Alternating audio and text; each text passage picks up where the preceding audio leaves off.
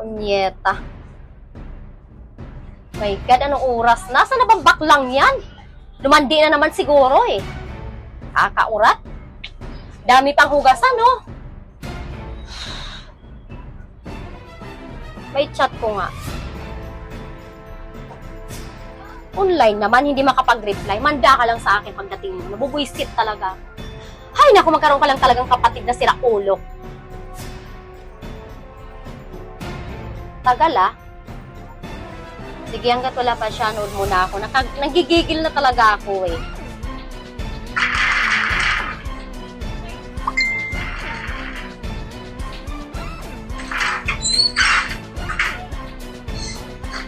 O bakit ano po? Hugas po ako, ate. Bakit ka maghuhugas? Hayaan mo yan si bakla ang dumating doon. Lumabas ka muna, huwag ka muna marap dito sa akin. Mainit ang ulo ko. Hayaan mo si bakla dumating dyan. Hayaan mo siya maghugas. Nanlalaki na naman yun, kaya walang magawang matino talaga yan eh. Ang tagal nga eh, anong oras na eh. O ano ngayong umuntis ka? Sa'kin mo napasagot yan? Alam mo, dahil ko yung tatay nito. Nagbibinta ka na ako, ama. Hindi ko manalakutan yan. Eta. Anong oras na? Nakagaling. Sa trabaho. Akla, anong oras na? Hugas ako, ate. Ano binili mo? Makeup day. Ang daming hugasan, no? Anong, para saan yan? Kakainin natin, lalaga natin. Aber, Bibenta ko. bibinta? May dalang ulam ka? Wala pa. Galing, eh, no? Perfect! Talaga, day! Ano gagawin natin dito? Kakainin, lalaga ko. O, Angie, laga mo to! Order ko kasi sa akin. Oh, mas inuna mo pa yan. Kaysa sa pagkain natin, wala tayong ulam, oh. Wala tayong... My gosh! Sige po, ate. Pag Yung hugasan, ano yan? Tatapon ko yan? hugas. Ate, baka naman pwede. Paghugasan mo na yung mga plato.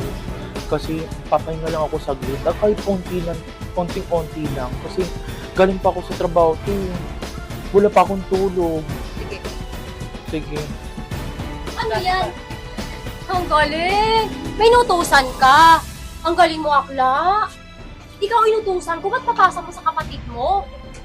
Ano gusto mo, palalalaki na lang? Ang laking tulong na ba porque ikaw may trabaho dito? Ganon? O ano, sabihin ko na, ako walang selfie dito bilang ate. Ako na, gagawa ako na. Ano titingin ka pa? Ikaw inutusan ko, bakit yung kapatid natin? Naglaban na yan kanina, o ayan pa nga mga tutupiin, o hindi nga niya matupi-tupi. Ikaw naman, ikaw babae, ang dami yung pangkalat sa bahay, hindi pa nagagawa. Isa ka rin eh, no? Kung sabi nagkakampihan kayo ng kapatid mo. Ano? Nisiraan niyo ako? Ay bakla, hindi ka pa tapos dyan? Magluluto ka pa, di ba? Wow! Kapiranggot na nga lang hugasan mo, nagbasag ka pa. Bakla na mihasa ka na, ha? Ano, ba't hindi ka nagsasalita? Ha? Alam mo, sa totoo lang, wala ka talagang kwintang kapatid. Ha? Manang-mana ka sa nanay mong haliparot. Teka muna.